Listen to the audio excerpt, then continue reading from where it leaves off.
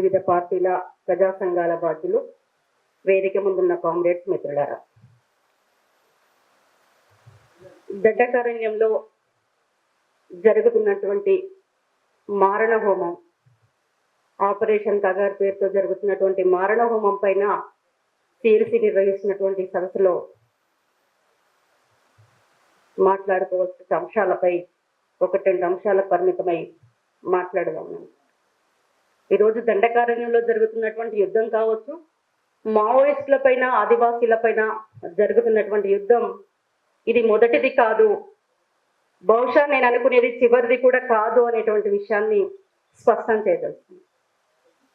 ఈరోజు ఆదివాసీల మీద ఎందుకు యుద్ధం జరుగుతుంది, ఆదివాసీలే లక్ష్యంగా, ఆదివాసీ ప్రాంతాలే లక్ష్యంగా ఎందుకు యుద్ధం జరుగుతుందంటే దాన్ని మనం ఆలోచించాల్సిన అవసరం ఉందనేది నేను అనుకుంటున్నా. ఈరోజు దేశ సంపదని రక్షిస్తున్నటువంటి వాళ్ళు, దేశాన్ని రక్షిస్తున్నటువంటి వాళ్ళు చాలా మంది చాలా మాట్లాడుకుంటున్నాం. దేశాన్ని నేను రక్షిస్తున్నానంటే నేను రక్షిస్తున్నాను, నేను కాపాడుతున్నానంటే నేను కాపాడుతున్నానని చాలా సందర్భాల్లో చాలా మంది మాట్లాడుకుంటున్నాం.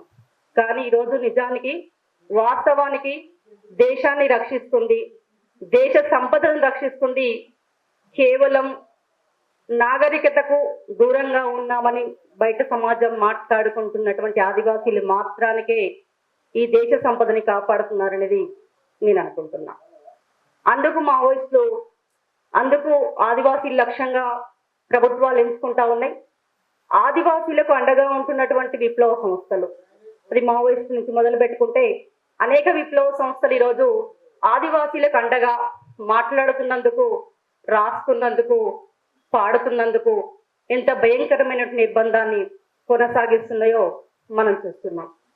ఈరోజు సాయుధులైనటువంటి నక్సలైట్ల పైనే దాడులు జరగట్లా, ఇంతకుముందు లక్ష్మణ్ గారి ఇంట్రడక్షన్ లో చెప్పినట్లు, లేదా ఈ మధ్యలో పత్రికలలో వస్తున్న విషయాలు కావచ్చు, మన పరిశీలనలో వస్తున్నటువంటి విషయాలు కావచ్చు, కానీ ఒక 50% సాయుధులైనటువంటి నక్సల్స్ పైన దాడులు జరిగితే మరొక 50% అమాయకమైనటువంటి, ఏ విషయాలు తెలియనటువంటి, కేవలం ఆదివాసీ గూడాలలో తండాలలో బతుకుతున్నటువంటి ఆదివాసీ లక్ష్యంగా దాడులు, హత్యలు కొనసాగుతున్నటువంటి విషయాన్ని మనం అర్థం చేసుకోవాల్సిన అవసరం ఉందనేది నేను అనుకుంటున్నా. ఇంతకుముందు చెప్పినట్టుగానే ఆదివాసీలను ఖాళీ చేయిస్తే, ఆదివాసీ గుట్టలను, గూడాలను, ఆదివాసీ ప్రాంతాలని ఖాళీ చేయిస్తే ప్రభుత్వాల పబ్బం గడుపుకోవడానికి చాలా ఈజీ అవుతుంది, సులువు అవుతుంది. ఆదివాసీ గూడాల కింద, వాళ్ళ గుడిసెల కింద, గుట్టల కింద, వాళ్ళ కాళ్ళ కింద దాదాపుగా 42 రకాల ఖనిజ సంపదలకు కేంద్రంగా ఉన్నటువంటి ఆదివాసీ గూడాలు, ఆదివాసీ ప్రజలు ఈరోజు ప్రభుత్వాలకు కంటిగింపుగా మారినటువంటి సందర్భాన్ని మనం అర్థం చేసుకోకుండా ఉండే పరిస్థితి లేదు. అందులో ముఖ్యంగా ఈరోజు చూస్తుంటే దండకారణ్యంలో జరుగుతున్నటువంటి బస్తర్ కావచ్చు, సుక్మా కావచ్చు, కాంకేరి కావచ్చు, ఆ జిల్లాలలో జరుగుతున్నటువంటి వరుస ఎన్కౌంటర్లు, బహుశా బయటికి వస్తున్నటువంటి పొక్కుతున్నటువంటి అంశాలు చాలా తక్కువే, ఇంకా బయటకు రానటువంటి అంశాలు వందల వేలల్లో ఉంటాయని కొంతమంది మిత్రులు మాట్లాడుతున్నప్పుడు, రాస్తున్నప్పుడు వింటున్నటువంటి పరిస్థితి. నాకు ఒక ప్రశ్న వస్తుంది, గతంలో ఒక ఎన్కౌంటర్ జరిగితే లేదా ఒక పోలీసు హత్య జరిగితే పౌర స్పందన, బయట ఉన్నటువంటి ప్రజా సంఘాలు లేదా ప్రోగ్రెసివ్ థింకింగ్ కలిగినటువంటి అనేక వ్యక్తులు, శక్తులు ఒక ఉద్యమాన్ని, ఒక నిరసనకు భవిష్యత్ గతంలో ఒక అవకాశం ఉండింది. కానీ గడిచిన ఒక 3-4 సంవత్సరాలలో చూసుకుంటే నాకు ఎంత ఆశ్చర్యం అంటే, మొన్న ఏప్రిల్ 16న జరిగినటువంటి ఎన్కౌంటర్లో 29 మంది ఎన్కౌంటర్ అయితే ఒక ప్రెస్ స్టేట్మెంట్లకు పరిమితమైనటువంటి పౌర సమాజాన్ని చూసి మనం ఎట్లా ఆలోచించాలి? చాలా ఆశ్చర్యం వేస్తుంది. ఒక నిరసన కార్యక్రమాలు లేవు. ఇంత భయంకరమైనటువంటి స్థితిలో ఎట్లా మనం ఆదివాసీలకు అండనందించగలుగుతాం, ఎట్లా మనం ఆదివాసీలు చేస్తున్నటువంటి యుద్ధానికి చేయూతనివ్వగలుగుతాం అనే చర్చ జరగాల్సినటువంటి అవసరం ఉందనేది నేను అనుకుంటున్నా.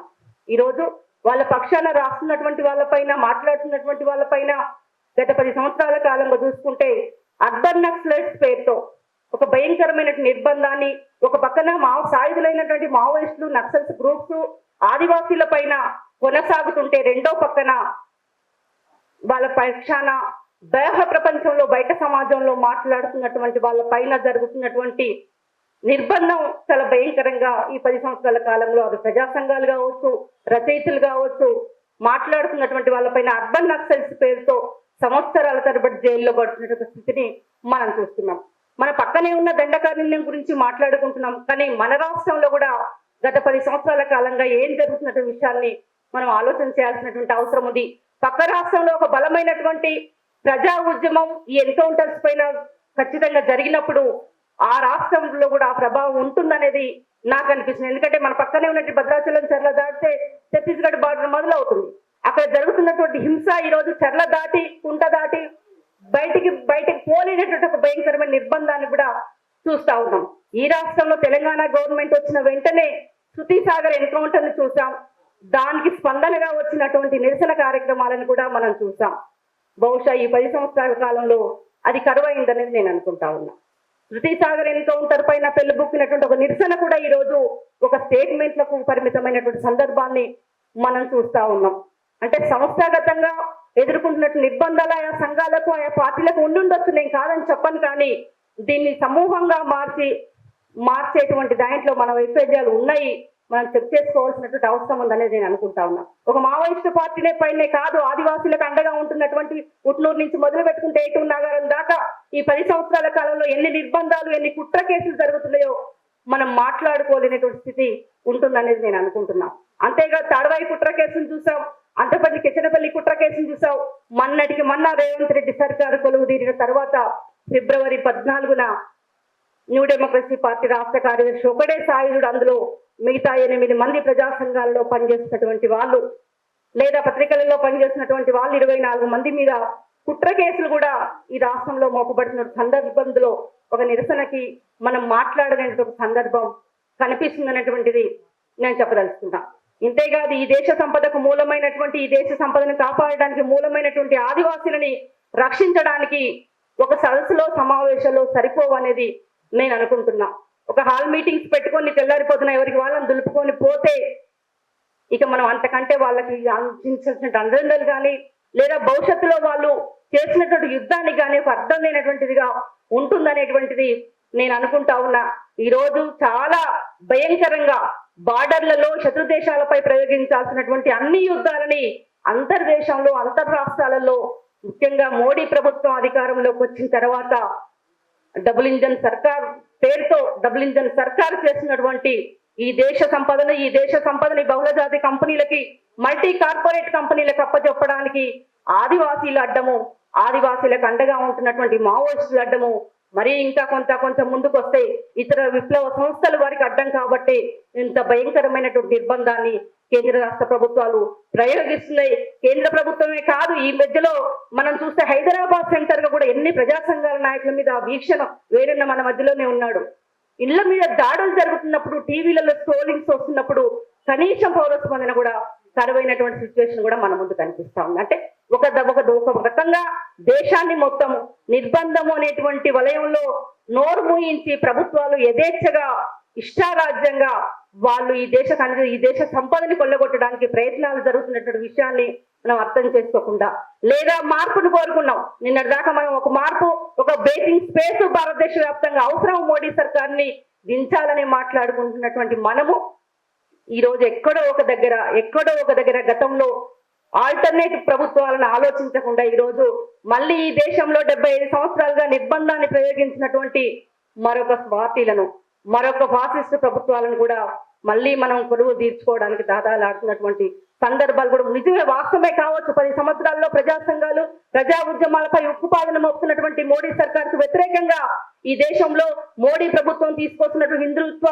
బ్రాహ్మణ్య ఫాసిజాన్ని ఎదుర్కోకుండా ఇక ఈ దేశ ప్రజలను కాపాడుకోలేమనేటువంటి ఉమ్మడి కామన్ పాయింట్ పైన మనకి ఆలోచన ఉండుండొచ్చు. కానీ అదే సమయంలో ఈ దేశాన్ని సుదీర్ఘకాలంగా అనేక నిర్బంధాలను ప్రయోగించినటువంటి సర్కార్ల వైపే కదా మళ్ళీ మనం ఆలోచనలు పదును పెట్టినటువంటి విషయాన్ని కూడా మనం అర్థం చేసుకోవాల్సిన అవసరం ఉంది. మనం దీన్ని అర్థం చేసుకోకుండా, దీనిపై మాట్లాడకుండా, దీనిపై గొంతు విప్పకుండా ఉండేటువంటి పరిస్థితిని మళ్ళీ రిపీటెడ్ గా వస్తున్నందుకు, మాట్లాడుతున్నందుకు ఇబ్బందిగా కూడా అనిపిస్తుంది. ఈ రకంగా మావోయిస్టుల పైన జరుగుతున్నటువంటి, ముఖ్యంగా దండకారణ్యంలో జరుగుతున్నటువంటి ప్రజా ఉద్యమాన్ని లేదా ప్రజలను రక్షించుకోవడానికి ఒక విశాలమైనటువంటి ఐక్యవేదిక ఏర్పడాల్సిన అవసరం ఉందనేది నేను అనుకుంటా ఉన్నా. అంతేకాదు ఇంక ఈరోజు మావోయిస్ట్ రహిత భారతదేశాన్ని లేదా నక్సలైట్ రహిత భారతదేశాన్ని నెలకొల్పుతానని కలడుగంటున్నటువంటి మోడీ అమిత్ షాలకు వ్యతిరేకంగా ఒక బలమైనటువంటి ప్రజా ఉద్యమాన్ని మనం నిర్వహించకుండా ఈ ప్రభుత్వాలను ఎదుర్కోవటం అసాధ్యమైనటువంటి విషయం అనేది నేను అనుకుంటా ఉన్నా. ఈరోజు కేంద్రంలో ఉన్నటువంటి బలగాలు దండకారణ్యంలో మోహరించినటువంటి బలగాలని తక్షణమే బిఎస్ఎఫ్ లాంటి బలగాలని వైమానిక దాడులకు పాల్పడుతున్నటువంటి బలగాలను వెంటనే దండకారణ్యం నుంచి వెళ్ళి వెనక్కి పంపాల్సినటువంటి అవసరం ఉందనేది మనం డిమాండ్ చేయాల్సినటువంటి అవసరం ఉంది. అదే సందర్భంలో ముఖ్యంగా మహిళా మావోయిస్టుల పైన మహిళా ఆదివాసీల పైన జరుగుతున్నటువంటి ఒక నిర్బంధానికి వ్యతిరేకంగా కూడా మహిళా సంఘాలు కూడా మాట్లాడాల్సినటువంటి అవసరం ఉంది, హక్కుల సంఘాలు మాట్లాడాల్సినటువంటి అవసరం ఉందని నేను అనుకుంటా ఉన్నా.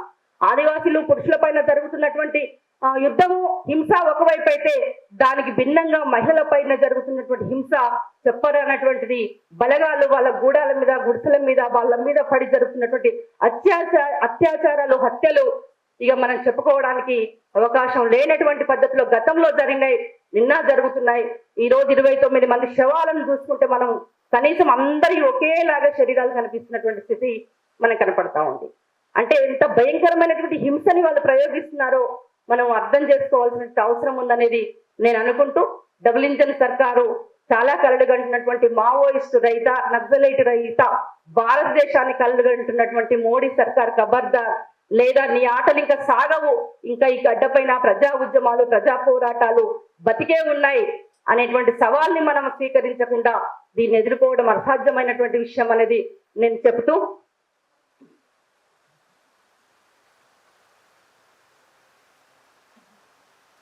ఈరోజు పోడు భూముల పోరాటంలో ముఖ్యంగా తెలంగాణలో కూడా గత 9 సంవత్సరాలుగా ఆదివాసీ గూడాల పైన గత 20-30 సంవత్సరాలుగా పోడు చేసుకుంటున్నటువంటి పోడు భూములను గుంజుకోవటం కోసం అక్కడ 5th షెడ్యూల్ అమల్లో ఉన్న 170 యాక్ట్ అమల్లో ఉన్నాడా, గ్రామ సభల ఆమోదం లేకుండా జరుగుతున్నటువంటి తెలంగాణ రాష్ట్రంలో కూడా పోడు భూముల రక్షణకై ముఖ్యంగా ఆదివాసీ మహిళలు నిర్వహిస్తున్నటువంటి పోడు భూముల పోరాటంలో కూడా మన వాయిస్ చేయాల్సినటువంటి అవసరాన్ని కూడా గుర్తిస్తూ, మొత్తంగా దండకారణ్యంలో జరుగుతున్నటువంటి మావోయిస్టు ఆదివాసీలపై జరుగుతున్నటువంటి యుద్ధానికి వ్యతిరేకంగా మనం బయట ప్రపంచం బాహ్య ప్రపంచంలో ఉన్నటువంటి బుద్ధిజీవులుగా మేధావులుగా ప్రజా సంఘాలుగా హక్కుల సంఘాలుగా ఒక బలమైనటువంటి ఉద్యమాన్ని నిర్వహించాల్సిన అవసరం ఉందని చెప్తూ సెలవు.